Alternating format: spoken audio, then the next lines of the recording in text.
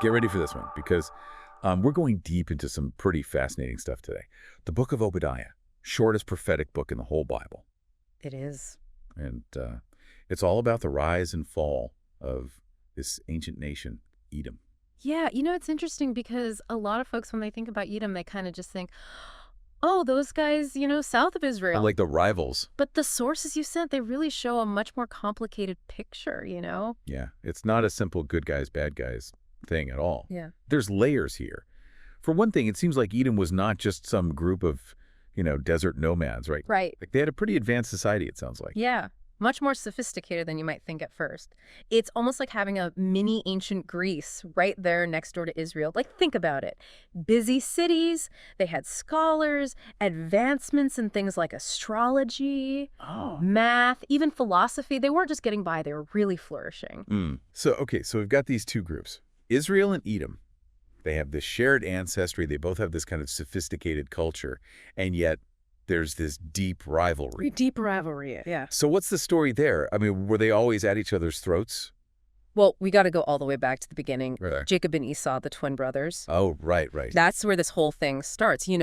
Their descendants, the Israelites and the Edomites, they kind of inherited this tension that really shaped their relationship for centuries. So this wasn't just like a border dispute or something. This is like a family feud going way, way back. Yeah, generations.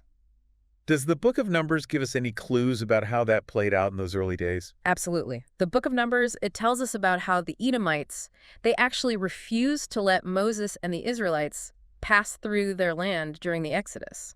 Oh, wow. Imagine that, right? Fleeing slavery, desperate to find safe passage, and you get denied by your own relatives. Yeah, it's easy to see how that would build up some resentment. Yeah, talk about adding fuel to the fire. Yeah. So did this early conflict, did that set the stage for the animosity that we see, later on, especially around the time of Jerusalem's fall? It really seems that way, That initial no seems to have kind of cemented this pattern of distrust and hostility. And then you fast forward centuries and we see this animosity boiling over during the destruction of Jerusalem. And this is where our friend Obadiah comes in. Okay, so let's talk about Obadiah. He's the prophet whose book is at the heart of this whole thing, right? Right. And we don't really know much about him personally, do we? Not a whole lot. But boy, his message is super clear. Oh, yeah, crystal clear.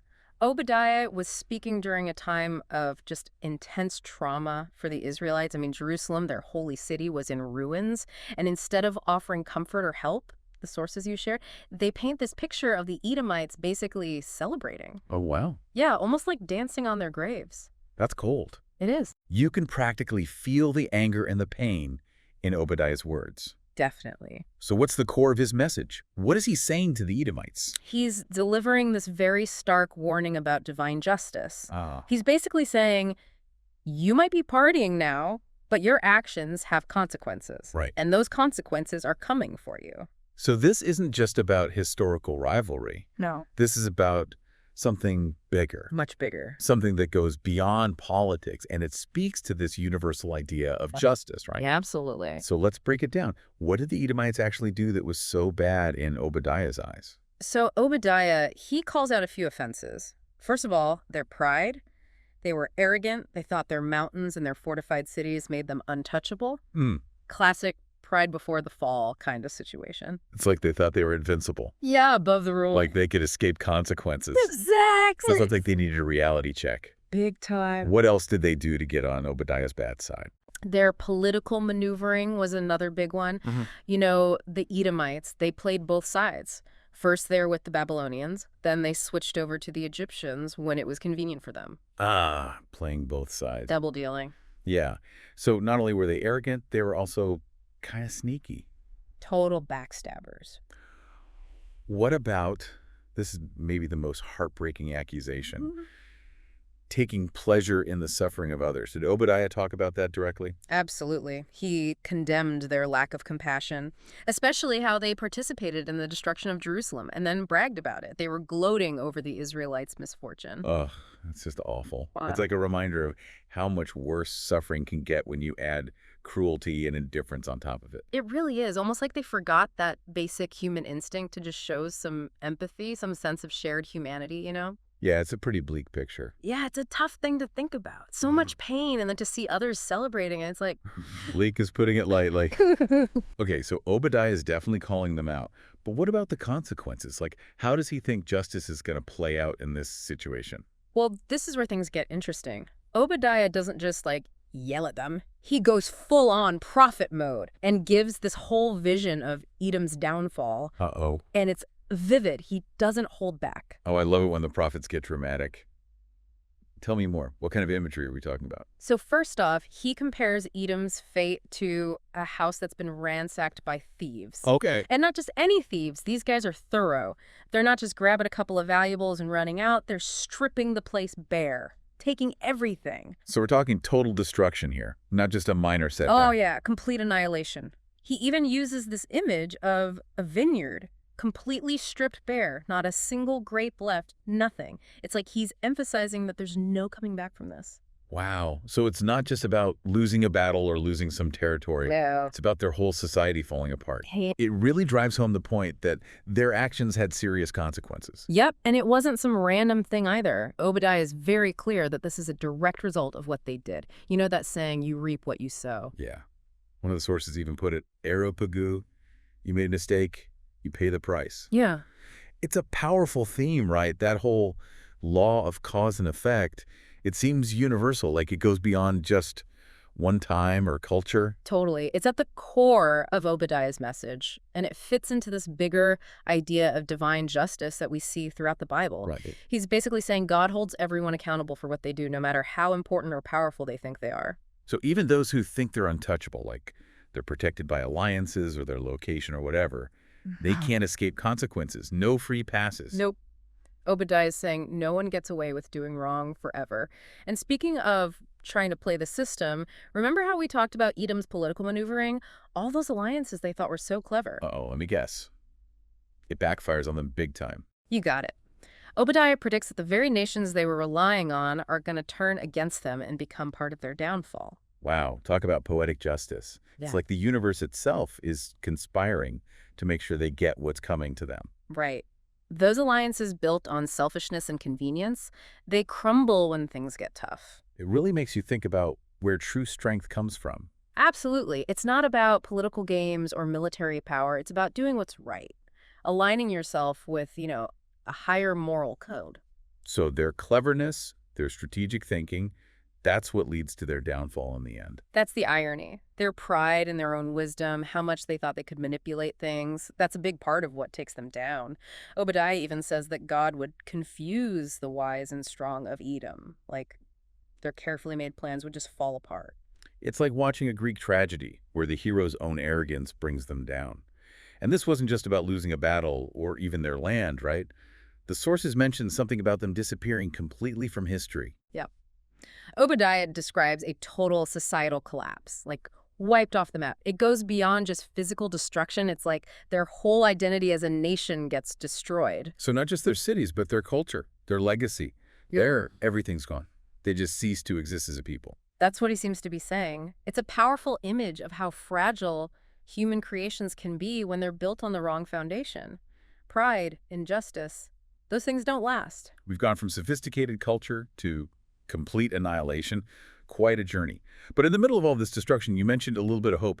Obadiah doesn't just focus on Edom's downfall. There's something else too, right? Right. While Edom is facing this total obliteration, there's also this promise of renewal, a return for Zion, for Jerusalem. Okay, so it's not all doom and gloom. Obadiah offers a little bit of light at the end of the tunnel. Absolutely.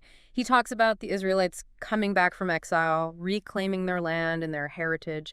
It's not just about getting back what they lost, though. It's about restoring a right relationship, like a cosmic correction where God's justice wins out and his people are brought back to a place of blessing. So we have explored the depths of Edom's downfall. Their pride leading to destruction, their schemes backfiring, their identity being wiped out. It's a heavy picture.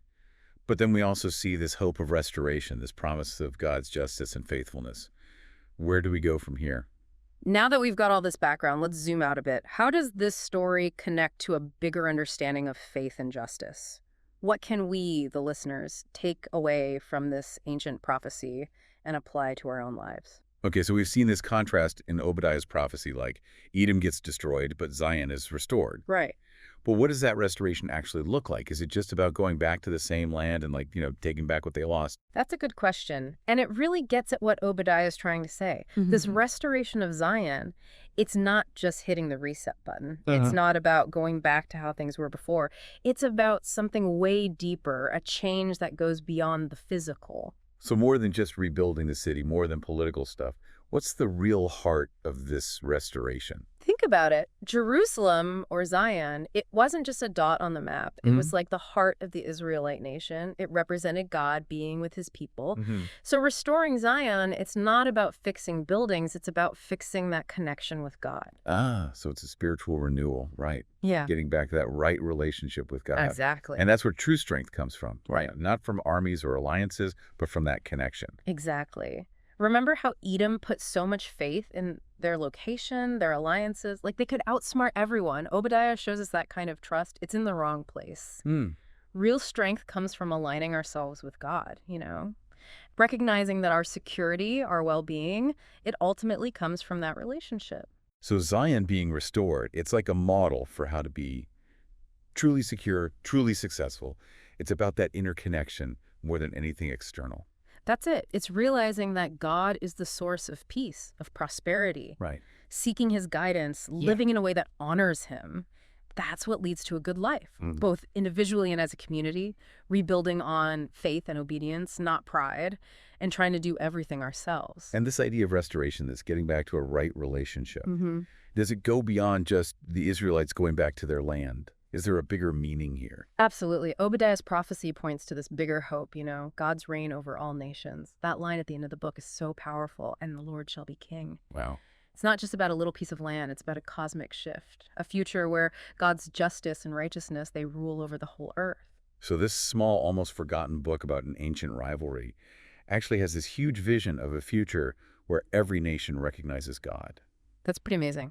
It really is. And that message of hope, it speaks to something deep inside us. This longing for a world where injustice and oppression are replaced with peace and doing what's right.